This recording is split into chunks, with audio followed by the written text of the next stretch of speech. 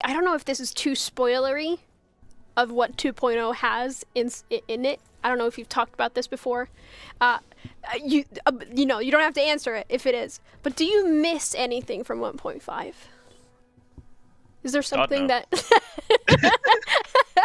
All right, I have an easy answer, I guess.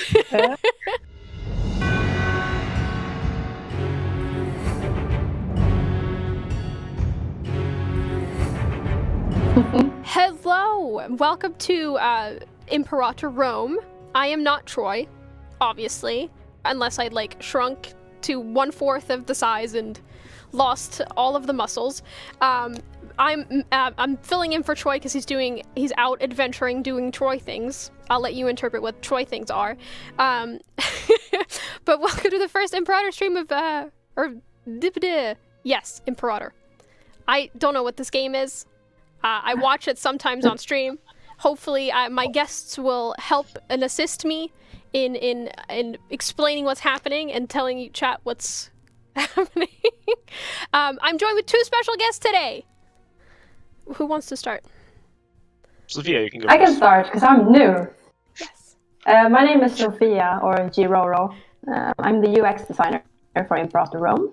Nice to finally be on stream. This is my first time. Hello, everyone. Yes, Troy And chat has to say hi. Yeah. And I'm Joachim, content designer. I've been here quite a lot of weeks now, so you've probably seen me before. And we're gonna be the first hour is gonna be normal, I guess the standard Imperator gameplay, and then the last half hour we have something very special planned, something new, and stuff we haven't shown before. Has any sound design been adjusted or added with this update, I guess? Yes. I think most of the click sounds, like all the UI click sounds, have been updated. We're also adding more music. What else?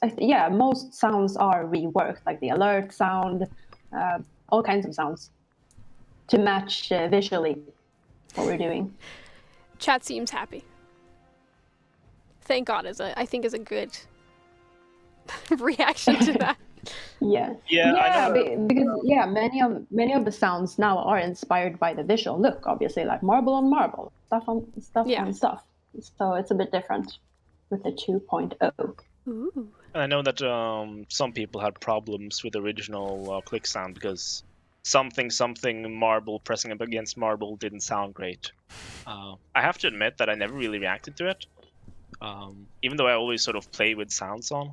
It's just not something I really thought about, but I think that sort of goes back to the whole not thinking about things when they, when you're sort of used to things, right? You have just heard it 100 times. You're just like, yeah, that's just how things are.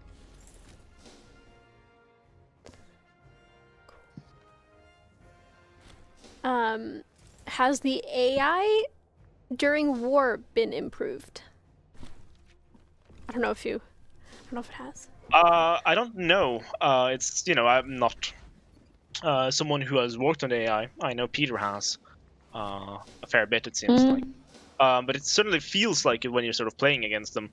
I don't know if they're just, doing things better, or if they just have like a better like tactical advantage, right? If they have more troops, because if they have more troops, it's certainly going to feel more impressive than if they don't, right? So no matter what the AI actually thinks and does, it's going to feel more impressive. But it certainly feels like they're more effective than they used to be.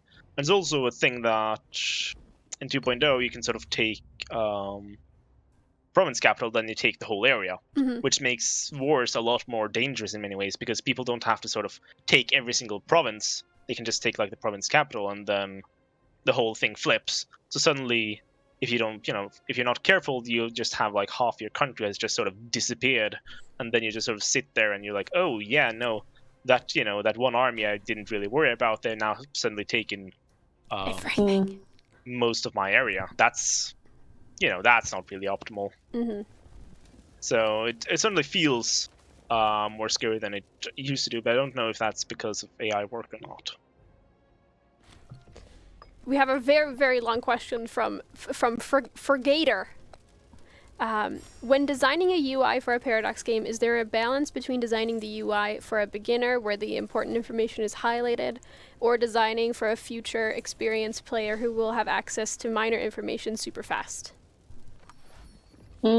Exactly. That, I would say that is the biggest challenge with doing UX work for a Paradox game, because they are so complex and many of our players know the details very well. Mm-hmm.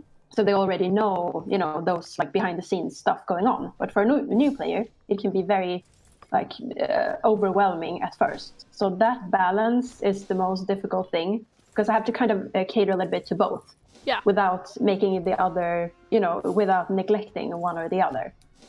So I kind of tried to make it more clear without reducing or like removing any information, which is kind of a paradox in itself. Oh, I made a pun.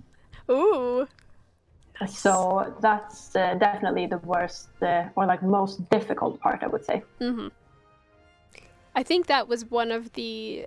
I'm not going to say that this is one of the reasons why I haven't played a lot of the grand strategy games. It's just I'd like City Skylines. That's my game. I just artsy build stuff. I have played a lot of CK, and I understand that that the step from getting from a beginner player to becoming a little bit more experienced. I feel like that's the biggest hindrance for me to get into the games more. So I'm excited about having it be more intuitive and having it be easier to read and interpret. Yeah, because that is something that I definitely try to keep in mind, like all the time. What will a new player think about this UI? Like, what will they look at first? Which buttons will they look for? That sort of like psychology thing is always at the back of my head when I work.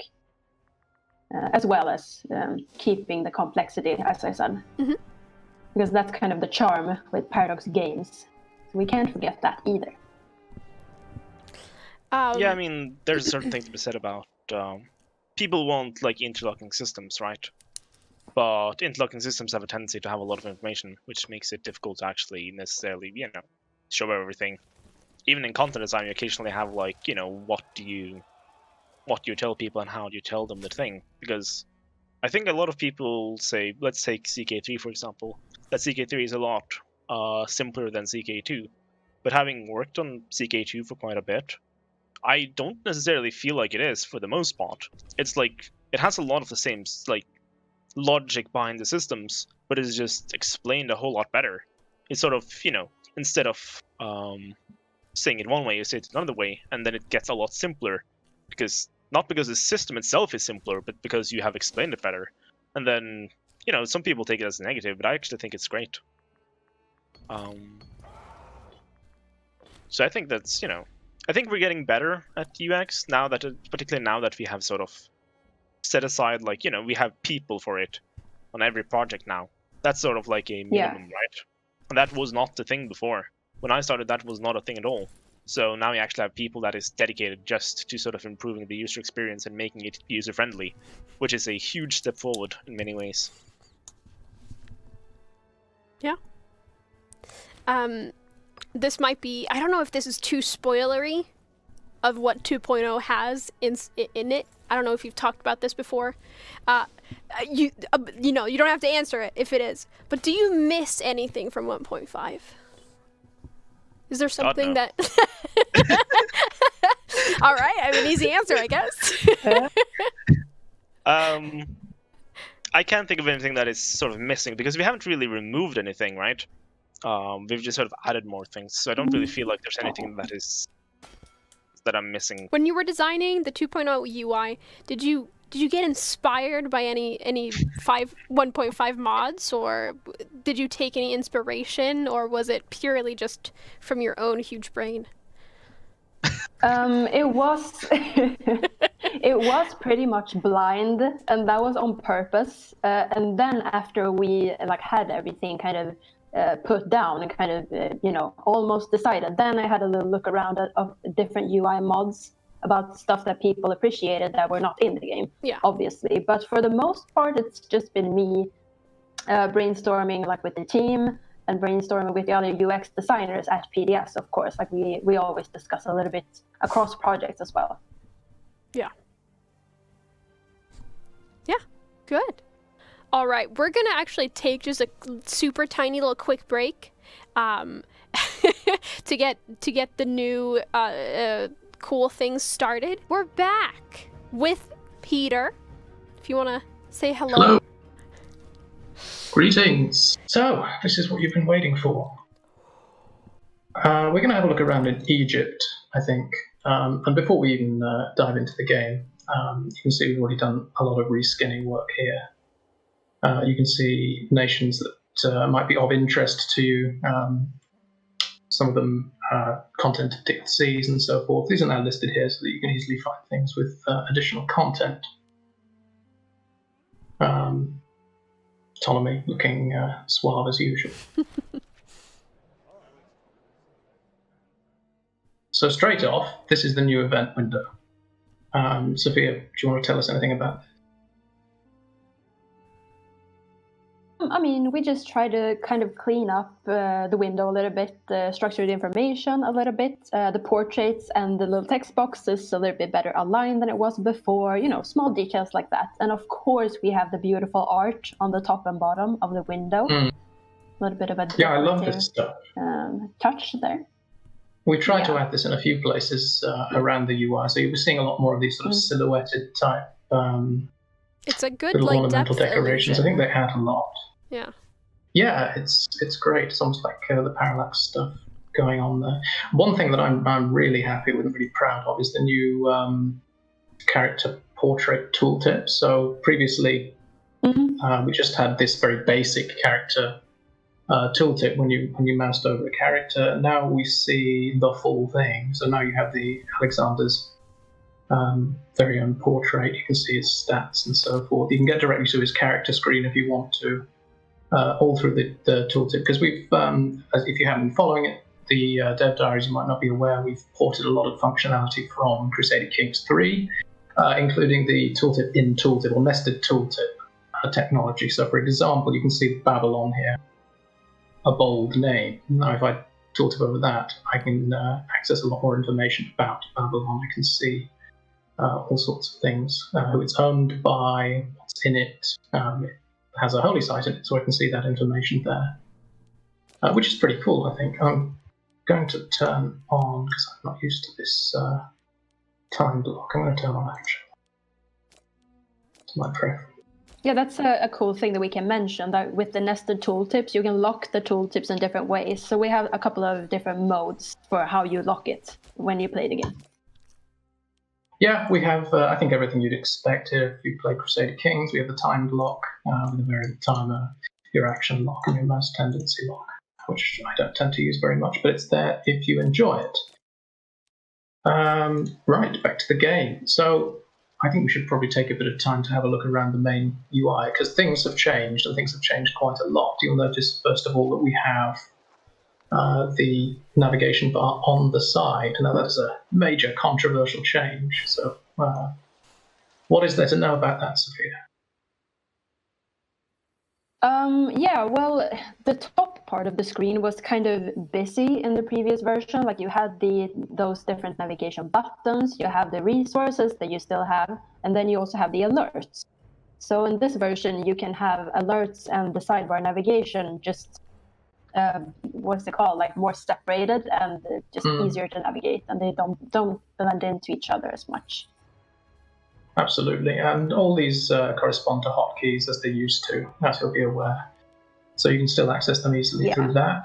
And then, of course, you've got your macro builder up here, which we'll take a look at in a bit of time. You will have noticed that we tried to give a lot more space to, well, the map. You know, this is what you're interacting with when you're playing. You don't necessarily need these huge windows and huge UIs taking up all of your attention all the time. So one of the things we've started to do is space things out a little more around the screen.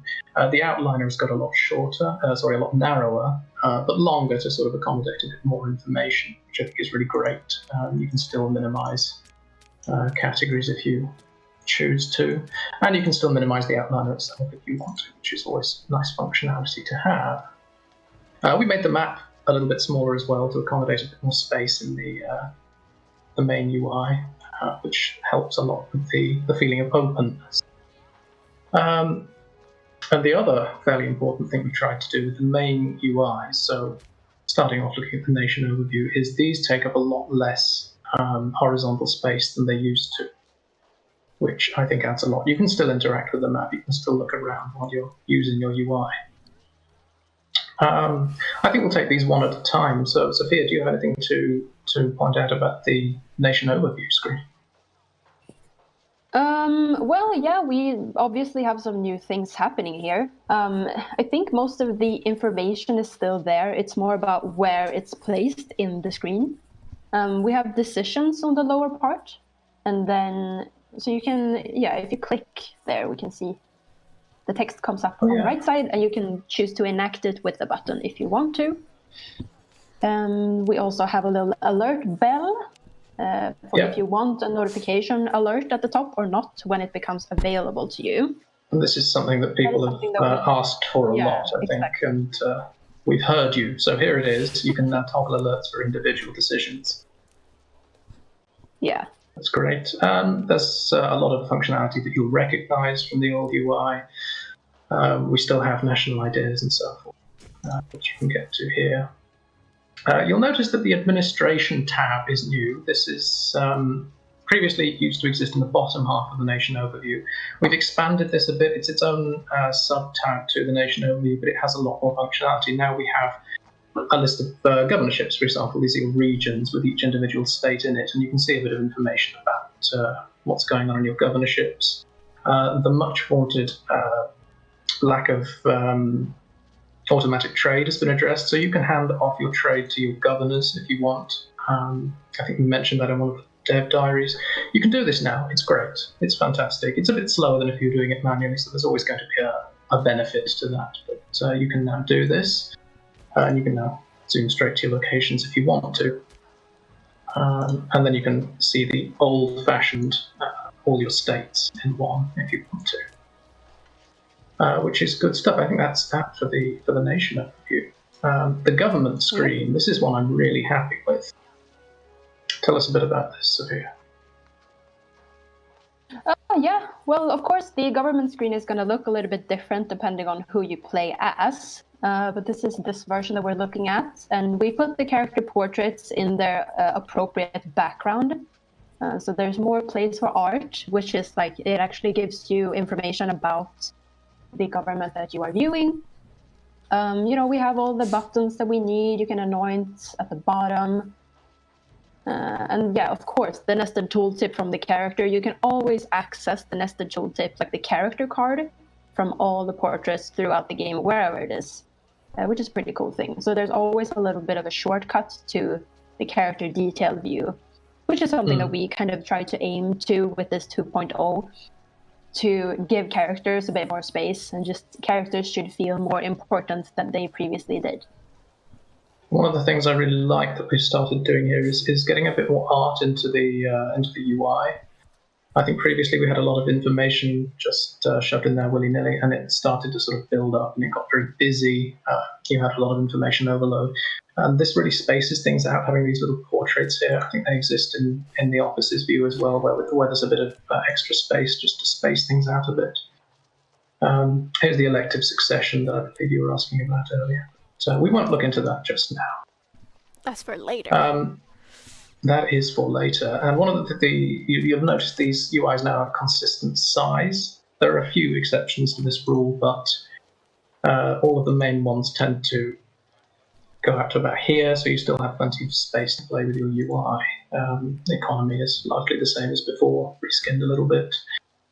We did a bit of work on religion to separate things out into cohesive blocks. Notice we now have a holy sites tab where you can view all of the holy sites in your empire, which I really like. Again, one of the much asked for quality of life features was being able to remove treasures directly from holy sites that aren't in your pantheon. You can do that now, although apparently it doesn't update, so I need to fix that. And there we go. I did say it was simmering code. Yeah, lukewarm. So we are there, indeed. There's a bit more space for your deities with their associated holy sites. You can zoom off and see them if you want to, which is always good. And you can put your treasures directly into your holy sites as before. But I think this gives it a lot more space. I really like it. You can see the art associated with each holy site is now much more prominent. And actually, if we take a look at Alexandria, this is where we have a temple. You'll notice that in the province view, we have the holy site art fairly prominently placed in there, which is pretty great. You haven't seen that yet. I'll explain that in a bit. Likewise, for culture view, we've taken a bit of a pass at this, including pie charts, I'm afraid. Sorry to those of you that aren't keen on pie charts, but they are still here. I definitely feel like chat loves the pie charts. If there's I'm sure they do. I can't been see chat right now, but if there's been any use of any I'm sure word they're right just now, telling us that really pie chart. They seem to love it. Excellent. More donuts, apparently. I feel like they have strong feelings on pie charts, for sure. I'm not surprised to hear that Paradox fans have strong feelings. That's not unusual to me. Realistic, yeah. We'll gloss over a couple of things. The trade view, this is largely the same as before, but I think a lot of the information has been separated out into logical areas that makes a lot more sense, to me at least. We'll come back to military view. There's a lot to see there. Mercenaries view as before. Your diplomatic information is a lot clearer in here. You have a lot more space for foreign relations, and you no longer have a massive list of opinions of you always available all the time. So we've separated that out into a further window, which is something that Sophia's been doing a lot of, deciding what information is necessary for the player to play, and deciding on the importance of that, I believe. Yeah, diplomacy is definitely one of the views that has been like through many iterations as well. Because we started out in one place, and then it was we kind of reevaluated what we wanted to show and not show. But we ended up with this so far, and you can always see your own countries, like the country that you're playing as. You can always see those details at the bottom. So no matter what country you look at above, you always have your stuff below. And I think it was before we had it that's on the left side, so the window would become very wide and you couldn't really see the map properly. So that's something that we kept in mind.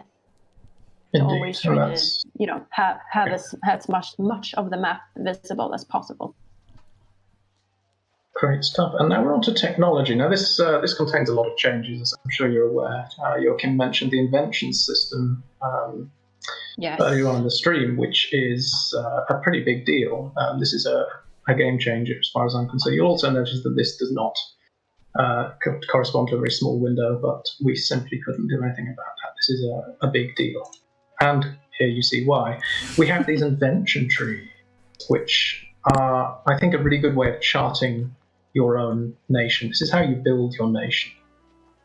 As I think you found out in one of the developer diaries, you earn innovations, and you can spend these on innovation inventions throughout the course of your campaign. Now, you'll never get enough innovations in a standard campaign to be able to unlock all the innovations in all the trees. There are 4 different trees corresponding to the technology groups, and you can buy your way through these. There are some pretty cool things in there. This one gives you a navy. The special ones have this border to sort of separate from the standard inventions, which perhaps have a little less impact. But if you chart your way through by these sort of keystone inventions, then you're going to be able to customize your campaign each time you play, which I think is really quite interesting. You're going to unlock some very interesting abilities. Let's see, what can we find? Imprisoning characters that are secret gamblers, in debt, or corrupt will no longer incur a tyranny or rule of popularity penalty. And that's a pretty cool thing to unlock. Augments to your character interactions and so forth. But of course, you have to spend a number of innovations to get there. And Sophia, perhaps you can tell us a little bit about the layout for this and the UI decisions behind it. Well, the idea from the beginning was, of course, to have the tree style here. So what we have done is that we have added a zoom area, so you can zoom in or out to have a better overview of the whole, trees, all of the trees. And I think we also have a button in the corner that you can click to kind of put it to a default, which is pretty nice, so you can kind of navigate back to where you started. Small things like you can search in the search field in the top corner if you want to find any like particular effects, I think it is. Yeah, and they will kind of highlight like that, which is cool. Like sometimes you actually know what you're looking for, so then you can search there. And if you don't know what you're looking for, you can just like navigate around manually. What else can we say? We have the planning mode, of course. Planning mode is pretty cool. Yeah. You can turn on planning mode. This just marks inventions in your plan. If you want to head down this route, maybe you want to go for some regulated money lenders. Maybe you want to go all the way down to trade ports. You can plan the route, any route at any point in your campaign.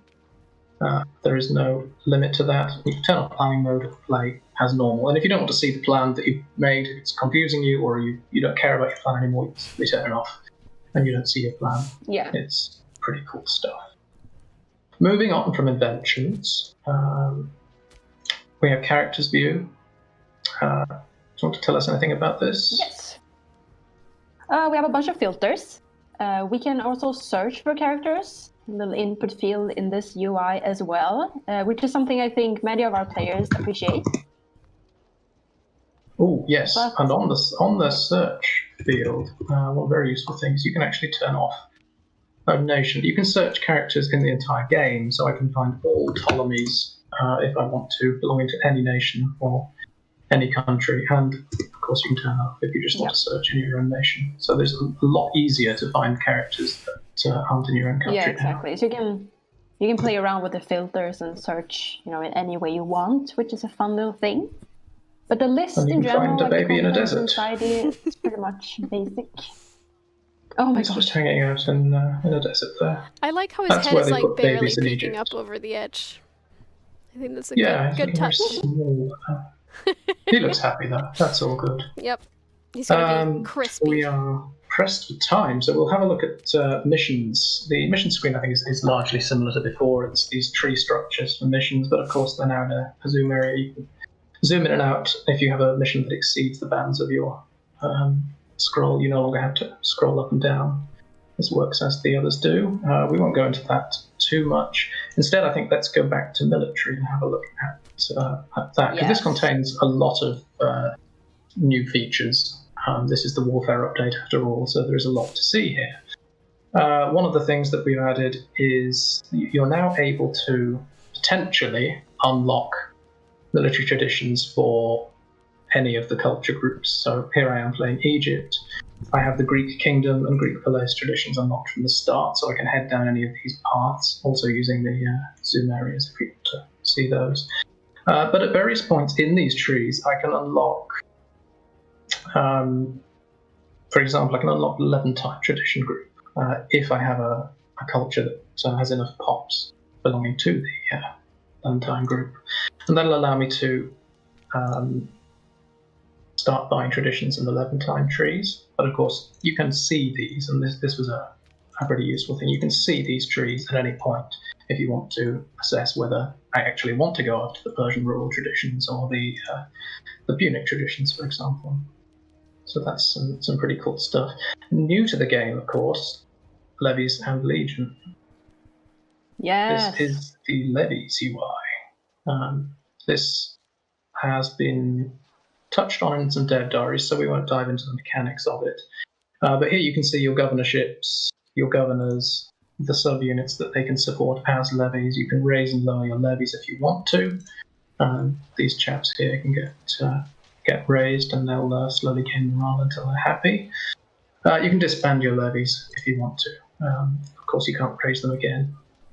You can also, for ease of use, let's find the levies map mode. You can raise your levies on the map in any particular place. So if I want to raise my levies over here, I can do that, which is always useful. back to the military UI, you also have the Legion screen. Now, not many countries start with Legion, but we happen to be playing with one of the nations that is, and that is Egypt. They start with the Stratos of Lower Egypt over here, led by our friend Margus Margid. And this is the Legion's UI. Sophia, take us through this. Yeah, legions are definitely like the cool, strong, super cool troops that you want as many of as possible.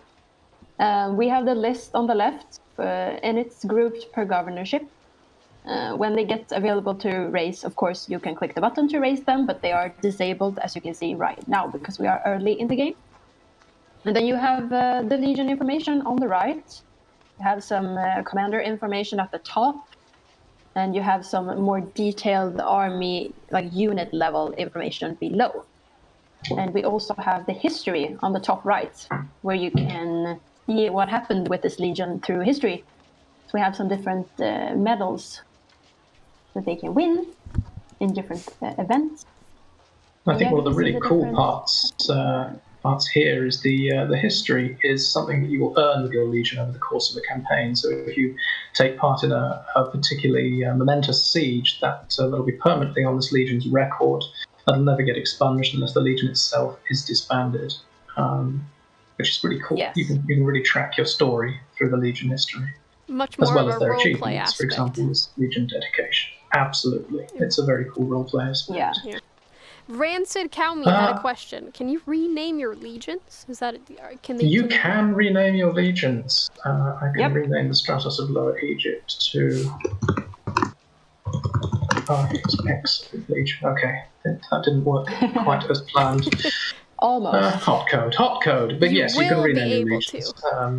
I believe this is being worked on right now, since this is something that a lot of people requested. So yes, you can rename your legions. And you'll be able to do that from this UI. Very cool. Which is cool stuff. Are there any other questions out there? They're also guessing that you can rename cities and settlements now too? You cannot. This is something that I have fairly strong feelings on. I don't particularly like renaming settlements and cities. Yes, this is a historical game. I guess we didn't I'm not actually a go fan. into detail about the province view left, so... We didn't. We haven't had a look at the province view. This is, of course, very important. And you've seen this in a lot of screenshots. Yeah. There have been some iterations to it since you last saw it, I should think. This is the province view for... Well, let's have a look at Alexandria. This is the province view for Alexandria. We've given a lot more space to the terrain, which I think makes it feel a lot more alive. As I pointed out earlier, this is a holy site, so you get the holy site image here if I was to select next door in Tapa Sirius and Megala. We have the city rank icon, and we can upgrade the city type. We can turn it into metropolis if we fulfill the conditions, or we can revoke its city status from there. We also have these tabs. Your building is now done in a tab. There is a bit of a buildings rework coming, which I think you found out in one of the Diaries recently. So I won't go into detail there, but you do a lot of building from here. One thing that we added here was the ability to queue buildings. You can actually see them in the queue. You can edit them in the queue. So if I want to get rid of that building in the queue, I can simply get rid of that instead of having to delete everything and then requeue everything again, which is a pretty nice quality of life improvement, I think. Yeah. Is there anything else? There are a lot of questions. A couple people wanted to see the Atlas map mode. Atlas map. I can do that. That's what they wanted. So this is something that I added for pretty screenshots essentially. But this is the Atlas map mode. I think it looks quite nice. It changes the visual appearance of the map quite a lot. You can see that roads will now pop up here in 3D UI lines, which is quite nice. You can actually see where your roads are instead of having to come all the way down here and check them out. It also corresponds, I guess, a bit like Google Maps or something. You have different levels of information at different points in the zoom, so I can not always see everything at the same time. Yeah. Which is quite a nice thing. I can see my holy sites, my temples, I can see what is a city. The size of the star, for example, will tell you how big a city that is compared to the largest one in my nation, and of course the capital here. And it makes for some pretty nice screenshots, I must say. It does look very pretty. Yeah, this is really pretty, and this is something that you just had this idea like on the side a little bit, but it turned out so cool, so we decided to definitely put it in. It's nice stuff. Do we have time for any more questions, or are we? We do not. CK is already banging on the door trying to get into the studio. Of course they are. Damn. Excellent. Well, thanks everyone for your time. I hope you enjoyed seeing this. Yeah. It's been very informative. I might even sit down and play a little. Who knows? Maybe I'll take a break from City Skylines to play a different game. Who knew? Wonderful. But yeah, thank you so much for being on the stream. Thank you so much for joining me. The new 2.0 will be released on the 16th of this month. There'll be a free update. And there will also be a paid DLC, Heirs of Alexander, coming out at the same time. So yeah, CK is coming up next.